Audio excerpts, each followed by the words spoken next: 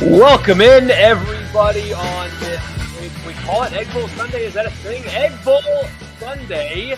It is finally here. Well, I say it's finally here. I mean, holy crap, guys. This season has just absolutely flown by. I mean, I was thinking about this Friday on the way to our remote up there in Oxford, and it just is mind-numbing that this is the last regular season game, last regular season weekend of the year. I mean, where did it go? I know football season always flies by, but for some reason, this one just felt like it was at hyperspeed. I mean, I'm still mind blown that we are here talking about the Egg Bowl, but that is what we're doing. We'll do it 3 times this week. Obviously, Thursday night, we'll do a post-game live, like immediately after the game, regardless of the result. It doesn't matter if it's a blowout, if it's a close game, if Ole Miss wins, if State wins, doesn't matter. We will be live immediately after to recap that one. And also Tuesday night, I'll do one Tuesday night. That's not a holiday day. So a lot of Egg Bowl talk this week, of course, on the radio show as well, and all of this coming your way. So it's a busy week, and it's a good thing. I mean, this is the most important week of the year around here anyway. And so at least that's what we call it. You know, I haven't gone home to South Carolina for a Thanksgiving since I took this job. You know, I haven't spent a Thanksgiving in Greenville since 2014, I think, was the last one I spent there, because this is the most important week of the year for our radio show. So looking forward to it. I know that this one's a little bit different, kind of like last year, right? I was thinking about this earlier. You know, last year you had the, well, is Kiffin leaving? Is he not leaving? Auburn stuff that kind of clouded the Egg Bowl. Now the game happened and it was played and we talked about it and all that, and it mattered. The result mattered, but there was still kind of like this cloud over it. And you're going to have kind of a similar phenomenon with this one as well. You know, the game's going to get played. It's going to matter. There's a lot on the line for Ole Miss. Frankly, for State, it's really only bowl eligibility. And I know that they have a bowl streak, and it's one that they are very proud of and promote. And I understand why, certainly. But that's the only thing really on the line there, aside from the role of spoiler. But there's this, who are they going to hire as their coach cloud hanging over this Egg Bowl? At least to some degree. I know this is going to sound weird, but they got Arnett like out of the way. So we already know that part of this is happening, as opposed to will they not fire Zach Arnett? We already know that they're doing that, and the coaching search is happening, you know, quote unquote above board, if that's the phrase to put it. So just like last year, there's still like coaching stuff floating around this game as well. But a lot on the line, a lot to discuss. I'm, of course, Michael Borky. Please like the video, subscribe to the channel if you have not already, hit the notification bell. And if you're listening to this or watching this, I should say, after it is over, then please comment. Still, I read them, and they help me out. They're important to me, and I appreciate them. I put the question out there on X or Twitter or whatever. If the games this weekend, so if the Louisiana Monroe game for Ole Miss or the Southern Miss game for Mississippi State changed the way you think about how this game is going to play out, I'll give you my answer, and then we'll read the comments for the next 30 minutes or so. No, my answer is no. Watching both games simultaneously, which is difficult to do, by the way. I mean, I've got a 2 TV setup over here. Watching 2 games at once is hard. I know that's like first world problems, but like there's so much going on, and so often do the commercials line up, by the way, where both games are at commercial at the same time. You love when that happens. But no, nothing about what happened on Saturday, yesterday, changed the way I think about this game. I mean, I know football games aren't played on paper, and people did remind me on Twitter that, you know, anything can happen and it's a rivalry game and all that stuff. But on paper, Ole Miss is a better football team than Mississippi State. Even with Will Rogers back, there was a little bit of rust, it seemed, but you know, he wasn't particularly good yesterday. Marks came back, but he got banged up again. I would love to know. I'll talk to Haydad, of course, this week and kind of figure out what the vibe is of his availability without him.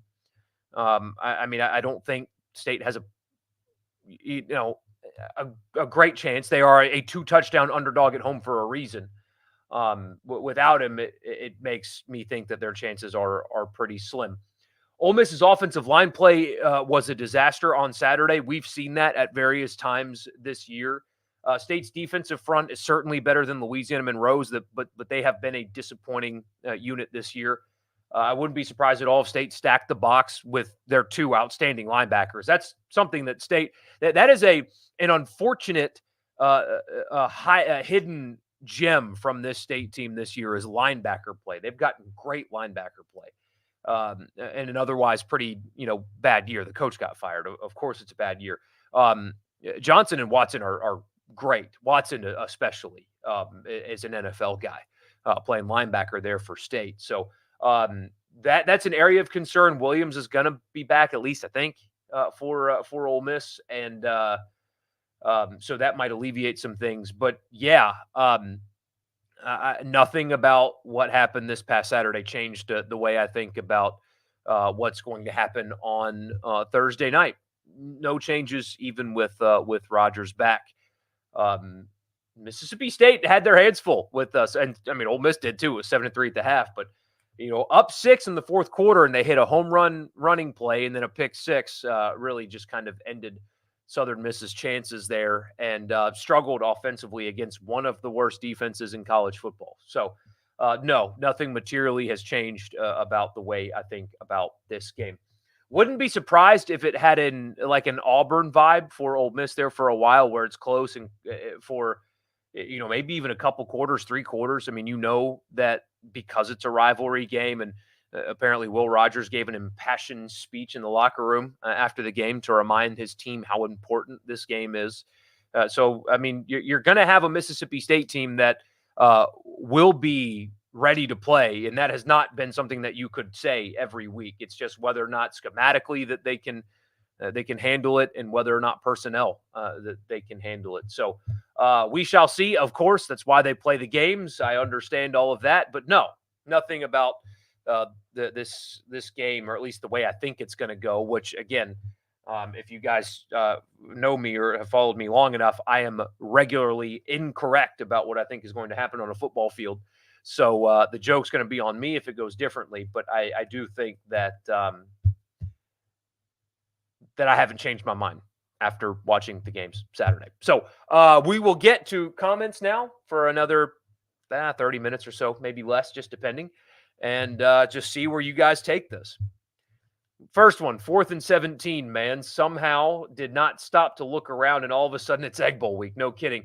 Yeah, how about that? So that would have been the easiest path for Ole Miss, is for Florida to get a stop on 4th and 17. Instead, the only player on the field that you can't let catch a ball caught a ball, and Florida blew it and gave up a 4th and 17. If they'd have won that game, Ole Miss would have been a win in their in situation with an access bowl. I mean, I still think that losses are coming for the teams in front of them. I think that with a win that they will find a way in. I do. And it's always possible that they can jump Penn State. I mean, hell, if you look at resumes, I understand why Missouri is ranked over Ole Miss. Like, I understand why the committee did that because of recency bias. But when you compare resumes, there is no comparison. I mean, truly, there is no comparison when you compare resumes. So I don't think they will rectify that, but they should. I do think, though, it will sort itself out. This is college football. It tends to sort itself out. So, and now Florida State has an injury, unfortunately, with Travis. And so I think that should they win on Thursday, I do kind of think that it's going to work itself out and they'll find their way in. So either way. I mean, even if it's not an access bowl, the opportunity to win 11 games for the first time ever and winning 10 games in a regular season for the second time ever is just simply not something that you can turn your nose up at. So somehow, some way, the game always ends up a make it or break it game for both schools season.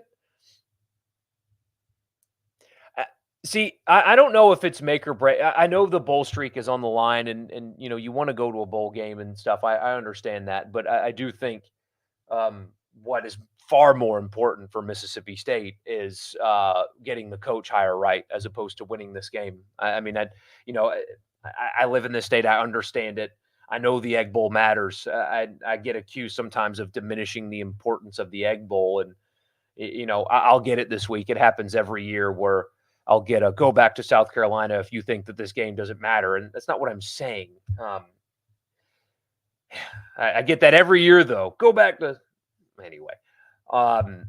But what's far more important for Mississippi State is getting the head coach hire right. Nobody expects them to win this game. If they do, I mean, great, have a parade or whatever. You spoiled Ole Miss's great season, so that would be great. Of course, they want that, but that doesn't. I mean, if you get the hire wrong, then Thursday night just doesn't matter at all. So it's far more important for Mississippi State to get the hire right than it is to win on Thursday. The Ole Miss offensive line will tell the story as to whether it will truly be a competitive game or not. Another one before we get too far down the Egg Bowl path, let's talk about our friends at Auburn. Great effort yesterday by Hugh and company. Oh, man. I mean, look, everybody says that Hugh's good for one of those every year because Hugh's good for one of those every year. I mean, it's just kind of his thing, it seems. But I didn't expect it to be that one. And there was somebody on Twitter that tried to justify that by calling New Mexico State. They were like 8-3 or 8-3, 7-3 going into that game. Their losses were Hawaii, UMass, and hilariously somehow Liberty. No, that's a brutal loss. And I mean, again, I said it on Twitter. I said a lot on Twitter this weekend, I guess. You know who wouldn't have lost to New Mexico State at home? Jamie Chadwell, Brian Harsin, Gus Malzahn, Lane Kiffin. I mean, they anybody. Think of any string of coaches they could have had, wanted to have, or replaced their guy, all would have won that game. I mean, Jerry Kill owns Hugh Freeze. That was brutal. And that is after they beat Arkansas, and Hugh Freeze in a press conference talks about how he should have put his foot down earlier on taking over play calling duties, and then turns around and loses to New Mexico State. So Ole Miss has to win on Thursday, period. I mean, this is a no excuse game. This is a no excuse game for Ole Miss. There's absolutely, I know it's on the road, but I mean, if they do happen to lose on Thursday, which again I don't think they will, but if they do happen to lose on Thursday, there's no excuses, and we certainly won't make any on this stream. You are a better football team than them. They have an interim coach. They all season have not been schemed particularly well. You have a lot to play for. They have the Liberty Bowl to play for, or the Birmingham Bowl, or whatever. There's no excuses. I mean, you're better at quarterback. You're better at running back. Seemingly better at wide receiver. More productive anyway on defense, which is crazy to say going into the season, but it's true. At least in terms of turnovers, explosive plays, and stuff like that, they are. There's no excuses. Absolutely no excuses for Ole Miss in this one. So last night's Auburn loss made your entire college football season. You've got no clue how the season is almost done. Yeah, where did it go? So are we streaming Friday night or Sunday this weekend? So I'll do Thursday night and then Sunday again after rivalry weekend. So yeah, I'll do something Thanksgiving night. If you guys want to join in, join in. If you don't, that's totally fine too. I understand. It's just going to be me and him here. So, he'll be sleeping by then, or at least he should be sleeping by then. So what else am I going to do? Might as well stream with you guys. So yeah, Thursday night after the game. See you then. Florida also just let everyone down on the 4th and 17. Could have given Ole Miss an easy path to the NY6. It would have been winning their end. I mean, really that simple. Hugh lost a lot of momentum on Saturday, no doubt. Kiffin and Dart playing mind games on staying or going. When he was staying, I was taking that as Kiffin is staying. Now, here's what I'll say. I'm take what I've got for what it's worth. I don't. You don't need to worry about that. I guess that's all I'll say. I talked about it a little bit on the podcast yesterday. I don't think that's something that you need to worry about. I think that things got screwed up, but not in the way that it sounds at the moment. So when are we moving the game to Saturday? Not soon enough. I mean, Texas and Oklahoma Texas and Texas A&M uh, have played far more Thanksgiving games than the Egg Bowl, far more. And so it would be traditional to put them back on Thanksgiving. That would be one. It would be for the television networks, which I couldn't care less if they make money or not, but it's something that interests me anyway. For the television networks, they would rather have Texas A&M on Thanksgiving night than the Egg Bowl. Just more people would watch it. That's just how it works. It is what it is. And it's more traditional. I don't know if it's been committed next year or not, but it wouldn't surprise me if they put those two back on their original time slot where they belong. Ole Miss is much better than 13.5 on Thursday if they just play their game. Still interesting. It's that low. Rivalry week, stuff like that. Happy Thanksgiving week. Happy Thanksgiving week to you too. You don't know how much basketball I've watched State play. Like you've watched a lot of NBA. Could Josh Hubbard be a one and done? Could he be here 2 years and go pro? Could his size be a problem? Yes. So depends on how you want to spin it. It's his size could be a problem for him. His size is probably a good thing for Mississippi State, if you catch my drift. I don't think he's a one and done guy. I mean, there's only 2 rounds in the NBA draft, and frankly, second round guys don't. I mean, Herb Jones is an anomaly, right? He's a second round guy that started basically right away and still plays and got a second contract. I mean, that's not really how that goes. So, no, I don't think he's a one and done guy. I wouldn't be surprised if he's in college for a couple years, 3 years even. But he's going to be a star. I mean, an electric player. And I love what this State team has done so far. I haven't watched every dribble, but the clear identity in which they play. I mean, it's Hunter, it's every game you know exactly what you're getting stepping on the floor. And they look like this without having an all SEC guy for, I mean, I guess through January, right? We haven't gotten a real injury timeline on him, but they look like this and they're more productive offensively while still being miserable on the other side. Hubbard needs to start, though. He can't come off the bench anymore. You can't not play that dude 30 minutes a night. But I'm impressed so far. I mean, you get the same thing every night. It's a team with a clear identity, and you State fans are going to, I think, really enjoy basketball season, especially when you get your big back. I think it's time to book your tickets for the second weekend of the tournament in March. Isn't basketball the only sport that's happening right now? Something like that. Very, very soon, Tucker. Here's the thing, though. So after Thursday, you get to there is no optimism like a new football coach. Like, it's intoxicating as a fan. I'm not mocking. I hope you know where I'm coming from. There is nothing more intoxicating as a fan than getting a new football coach. I mean, seriously, and you just spend months talking like everything's great and everything's new and different, and it's all awesome because they cannot lose for months. The only thing they're going to do is win for months, even though there's no games. Every recruit that they get is going to be awesome. Now the portal's a thing, so I mean, nothing like it. So after Thursday, you get to have that, and then your basketball team's going to be really, really freaking good. So they already are really good, but they're going to continue to be. It's a good team. It's a tournament team. Should be. I know it's November, but they look better offensively than they were a year ago by a pretty significant margin. Even a healthy Will Rogers is greatly outclassed by Jackson Dart in this game. State would need to run on Ole Miss to have a chance offensively. Yeah, I agree. Look, I like Will Rogers a lot.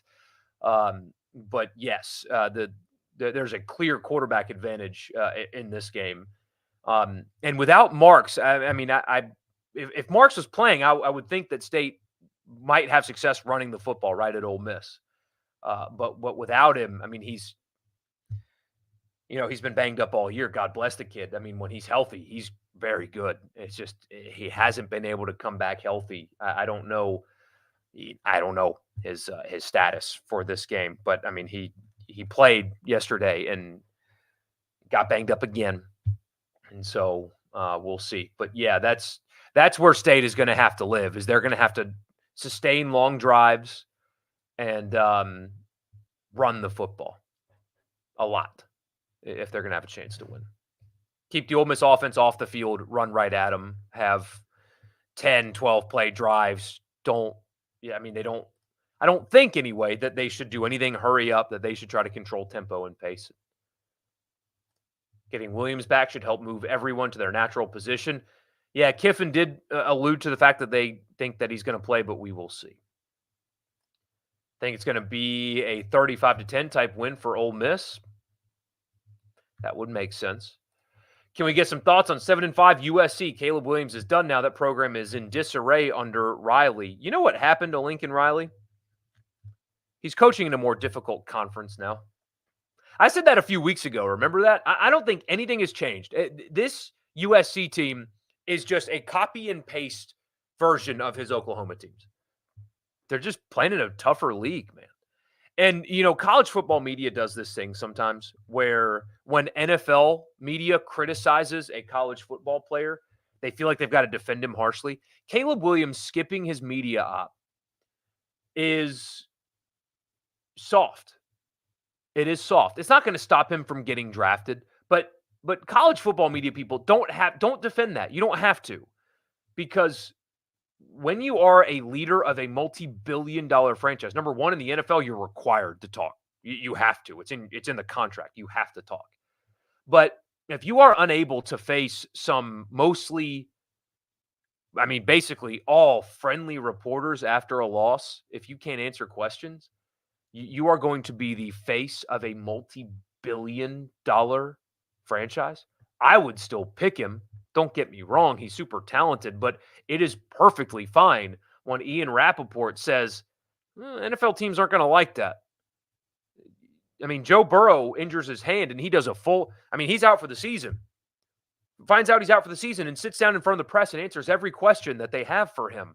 That's what you're supposed to do in the NFL. That's what you're supposed to do. I mean, Russell Wilson has sucked for like a year and a half. He's finally getting better, but he had to talk about it. He had to face it. That's the NFL. Is you don't get to just skip out on stuff like that. In a few months, you're going to get drafted. It's a look of softness. And the thing with him crying after a loss and stuff, there's a difference between passion and softness. And you're going to be leading a team of grown men. And in the NFL, you're going to lose. Great teams lose often in the NFL. It's what happens. If you can't handle it at the college level, then how are you going to handle it when you're in Chicago, and you lose to the Lions and you've got Chicago media wondering, dude, what the hell? You threw 2 interceptions. That was awful. I don't know. You're going into hiding for a week after the Egg Bowl? Don't, because coaching search season, man. Jordan Travis injury was terrible. Yeah, I mean, I feel like people are right when they say that that eliminates Florida State from the playoff. I do. If they go undefeated, though, that's a tough precedent to measure teams based on their injury reports. That's tough to follow. I understand that quarterback is different. Don't get me wrong, but it's hard to be consistent with, well, this team had this guy hurt when they lost that game, so now it's not that bad or whatever. I don't particularly like that line of thinking, but yeah, I do think that they're going to lose one of their next 2 games, and they will effectively be eliminated. So you hated how they kept showing the replay? Yeah, that's not good. Knowing Hugh, he's going to lose a game to New Mexico State, then beat Alabama. I don't think you got to worry about Auburn beating Alabama this year. Saw an Auburn fan say that this was their Louisiana Monroe for Nick Saban. No, it's not. You like my takes? Don't go back. Mississippi's my home. It is my home. My son, I was educated in Mississippi, and my son was born in Mississippi. This is home. It always will be. We say Ole Miss has to win considering the gap between the two teams. They really should just win it convincingly. State hasn't been competitive in an SEC game since Arkansas, and they won 7-3. Another one, Ole Miss stormed the field once after beating an unranked state team. No matter how bad we ever get, we will never out pathetic that. And I personally take comfort in that. Hey, you know I'm consistent with this, Chase. You know me, because I know you listen to the show. You know me. I'm pro field storming. So you're not going to get me to agree with calling it pathetic, because it's not. It's fun. Clemson does it every game.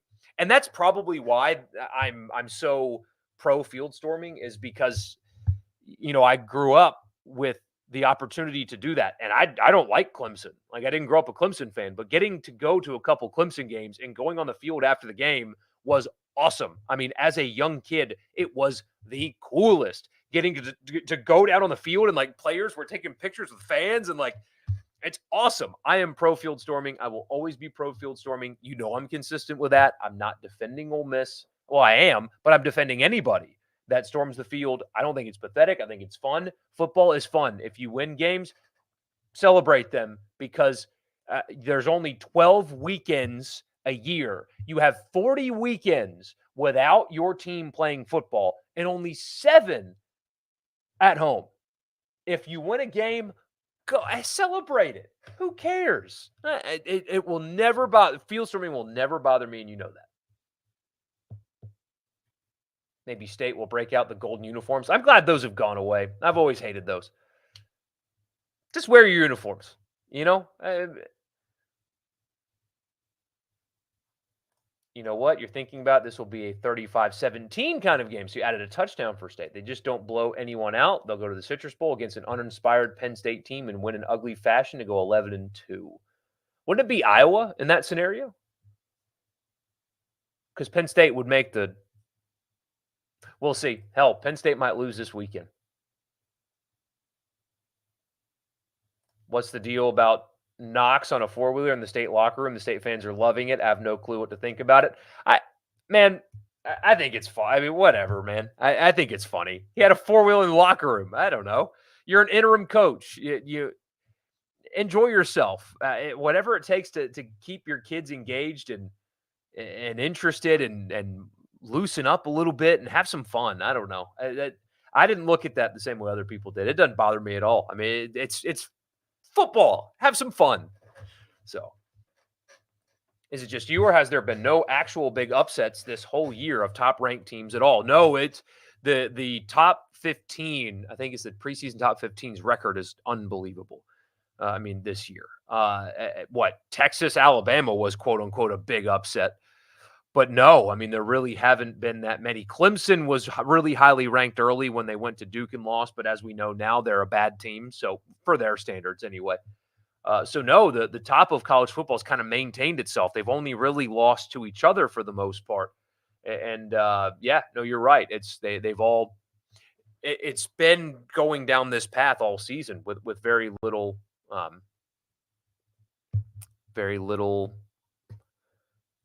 variation. Getting the game off of Thanksgiving would be massive W. I agree. My the guys on the radio show, Richard and Haydad, I'm on an island of one in that one. And I'd come at it from a different place as them. I mean, they both live in the towns, and their families are all here in Mississippi, and so it's different for me when the Egg Bowl actually ruins my ability to see my family because they are far away, right? So it's a little bit different. I don't think that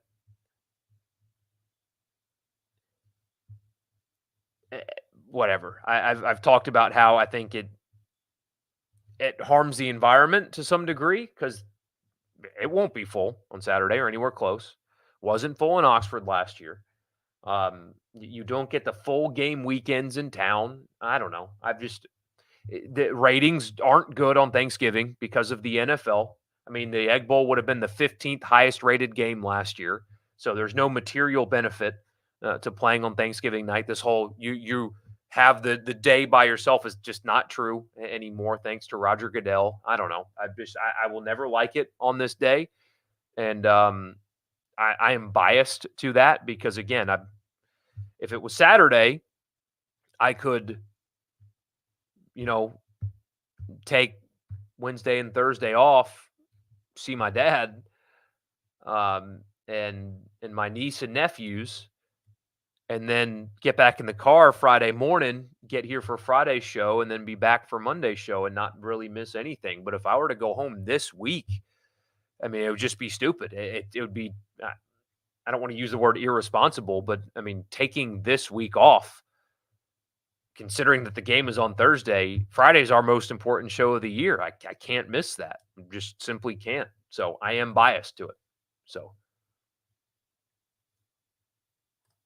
you had the pleasure of attending the South Carolina game as a guest of Darude? No way. How do you know Darude? That is so awesome and random at the same time. He told me many times of how crazy that fan base was, and oh my God, wicked coolness for real. What a party and what a fan base. Yeah, man, that's one of the coolest environments. It's such an underrated place in terms of difficulty to play to. Tailgating scene blows unless you can get in the cockabooses. But no, there's a reason I didn't go there, but I appreciate the environment for sure. You would storm, but it might take your almost 70-year-old butt to get on the we will talk about the offseason, my dear friend, once we get there. We're not there yet.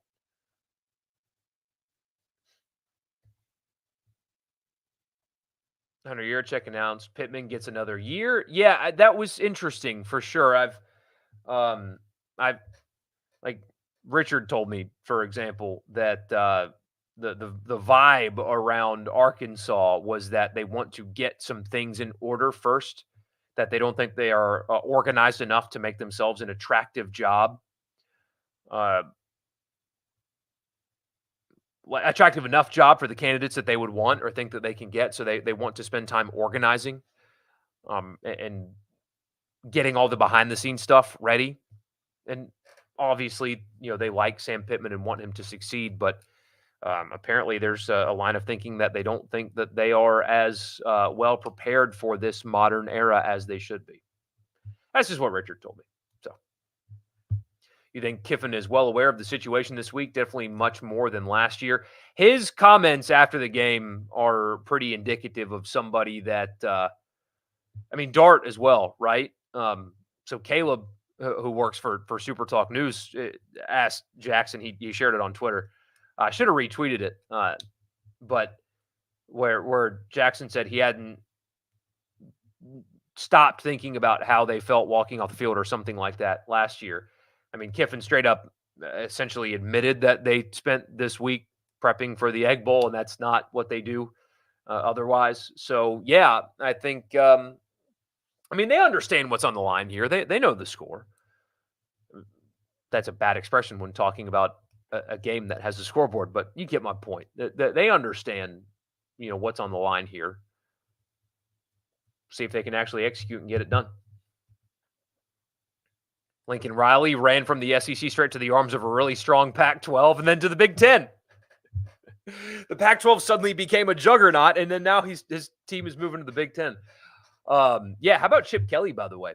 You leak that you're probably going to fire him, and then he goes and kicks his crosstown rival's ass on the field. He's not so fast, my friend. Hot take, Riley's the opposite side of the ball. Ed Orgeron. Ed can coach D, and he can recruit, but he's not a head coach. Riley's a play caller and an offensive guy and is lacking as a rounded head coach also. That's exactly right. Ole Miss storming the field is the life vest you're clinging to. We will get beat by 5 touchdowns Thursday, and all I have to tell myself is at least we aren't down that bad yet.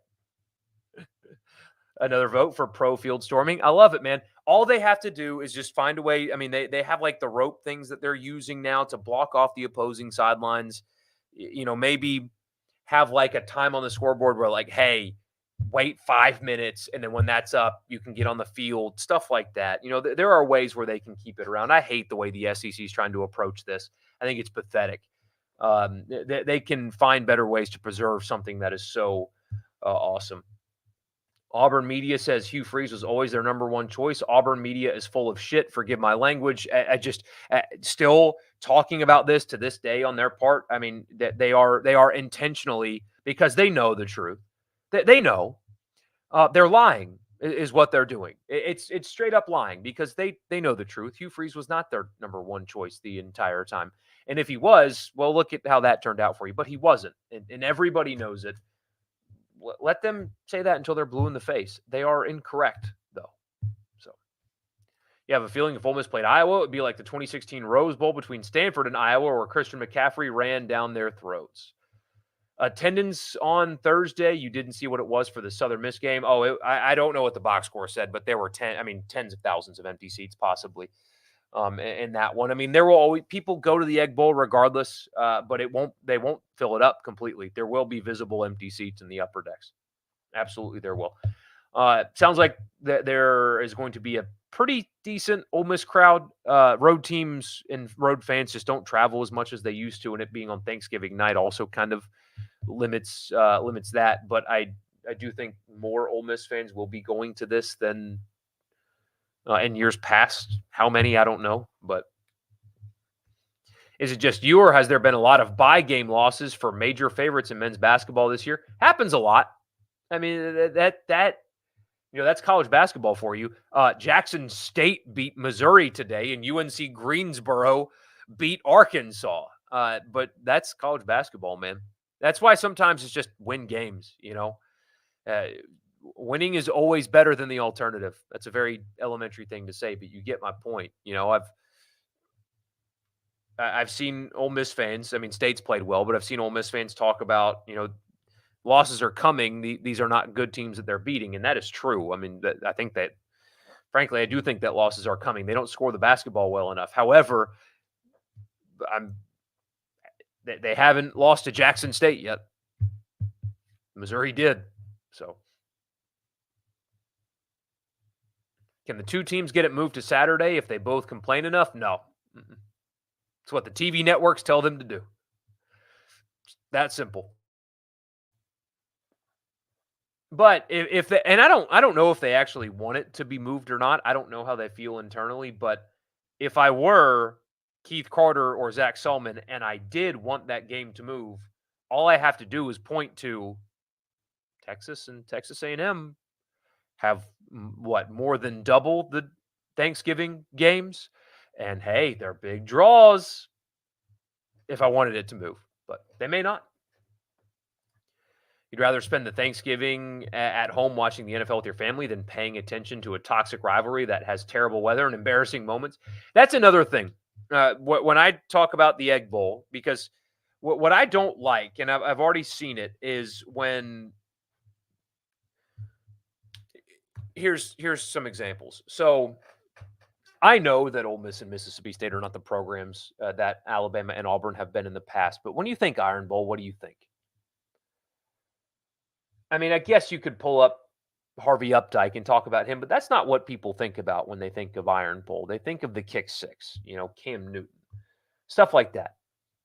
Same thing with Ohio State, Michigan, Texas, Oklahoma, right? But those are big brands. What about Bedlam?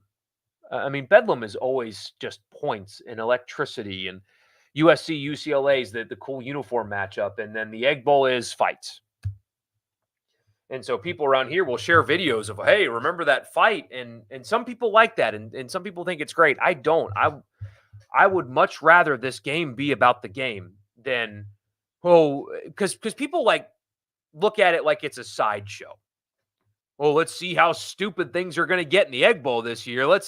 I hope a player rips another player's helmet off and starts fighting him and stuff. And I really just, I understand that rivalries have all had their violent moments. Georgia Tech has, Ohio State, Michigan has, Clemson, South Carolina has, Harvey Updike poisoned trees and ruined an entire college football tradition. I know those things have happened, but I don't think that it's good for the Egg Bowl for it to be about how stupid these teams act when they get together. I really think that is a bad way to promote this. I don't think that that's good or healthy. And I know I'm just kind of being lame when I say that, but I would love to see the day where it becomes about the game.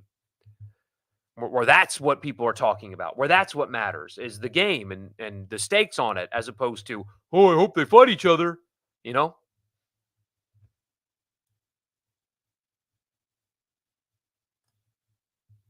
Here's another one. Also, don't fret about Jackson coming back or not. He clearly has chosen to do so. Just wanted to announce it on his own, and Kiffin jumped the gun. He apologized to Jackson right after that radio show. That is exactly, yeah.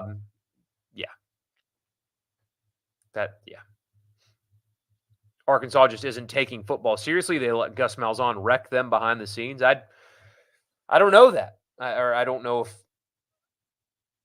honestly, I don't know what you're talking about there, but I'll take your word for it. If Kiffin has a chance at running up the score, he will try. I believe that you are accurate there as well. Last year, Ole Miss was the better team and blew the game. I'm sure Kiffin and Dart don't want that happening again. Although, State had like 15 tackles for loss, though. I mean, they got their asses kicked up front. But to your point, they ran 100 plays in Fayetteville a few days before that. There's now a field storming debate going on in the chat. I love to see it. You were in Iceland when you met Darude. What? I need to interview you. Your life is so interesting. Hanging out in Iceland, playing a rock band. Big fan of college football. I need to like sit down with you and talk to you about the time you met Darude in Iceland. When you think of the Egg Bowl, sadly, you think of fights, piss in the mist, Dan Mullen shenanigans, etc. A big joke. You and me both, man. And I don't like that. I would like to think about games. And I know people around here like have fond memories of certain games, but nationally, when people think Egg Bowl, they think of fights and dog pee celebrations and stuff like that. And I think that is not a good thing. 2012 Egg Bowl or 2020 Egg Bowl was still the best thing that's happened to the rivalry in years. Fortunately, you're old enough that your Egg Bowl memory is the stand. See, and that's the kind of stuff we'll do this week on the show, and I'm looking forward to hearing about it because, I didn't grow up here. I don't have that historical, hey, I remember the 2001 Egg Bowl where this happened. I don't have that. I can only really, truly remember starting in 2014 on. And so when we get to do the nostalgia stuff and have these former players on and hear the other two guys anyway, the guys in their mid 40s, those old asses, talk about their favorite Egg Bowl memories, I just kind of sit back and just enjoy it, and kind of take it in and try to learn as much as I can. And so I'm excited for that. I'm looking forward to all that. That's just not what people think elsewhere.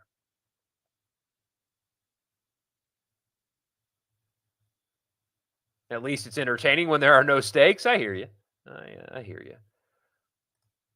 If you're the head coach at State or Ole Miss and you hear that all weekend about people wanting fights in it after a win or loss, I'd pronounce the stupidity of that in my post-game presser.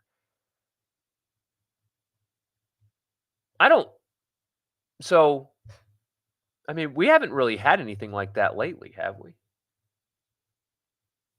Maybe it's changed. Feed Moncrief was your first Egg Bowl you went to? Wow. Well, you picked a good one. So, yeah, we'll do keys and stuff like that on Tuesday, by the way. A more in-depth conversation of what we think is going to happen in the actual game. Looking forward to doing that. How healthy is Jackson Dart, by the way? I know he's going to play because, of course, he's going to play, but he didn't look 100% yesterday. So that is something for sure to keep an eye on. But he's going to play, and hell, he threw forever. What's funny is like, oh, Jackson's hurt. Like I got a text. I was like, dude, get him out. Jackson's hurt. And I made a 28-3 joke at the Falcons' expense during that. But he was banged up and hurt and threw for 300 yards and 3 touchdowns and still had a ton of zip on the ball. And he's tough, man. He's a tough kid. The field goal being blown back was your favorite game. What year? See, this is my problem. This is where I'm set back. What year was that? I know it happened. but I don't know the exact year. I need to memorize things like that. He hasn't looked right in weeks. He's just a dude. Yeah, he has not. I mean, but when you play the style of football that he plays, you are going to get hurt like that. That's what happens. Malik Heath never won an Egg Bowl. No, he did not. What are his stats, by the way? I have, because the Saints have been bad, I have been reluctant to watch a lot of football, NFL football. 83. Okay, immaculate deflection. 83. No,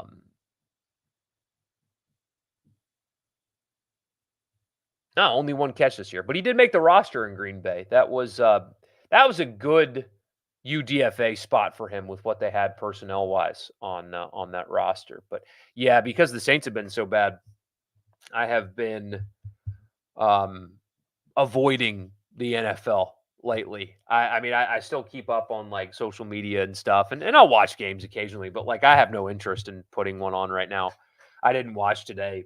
I mean, James and I went to the reservoir and just messed around on the river. I mean, that's what we did, enjoying the day instead of the anxiety of watching the Saints. Should state basketball be in the top 25 come tomorrow? Yes, they should. If I had a vote, they would be in my top 25. I don't have a vote. I do have a Connerly vote, though, and haven't decided what I'm going to do with that vote just yet.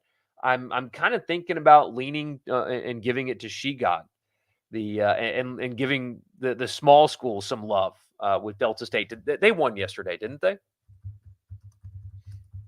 You guys are about to find out who I'm going to vote for if they won in the playoffs yesterday and they played well, and he played well. You're about to find out who I'm voting for, and they won. Wow, 49-14.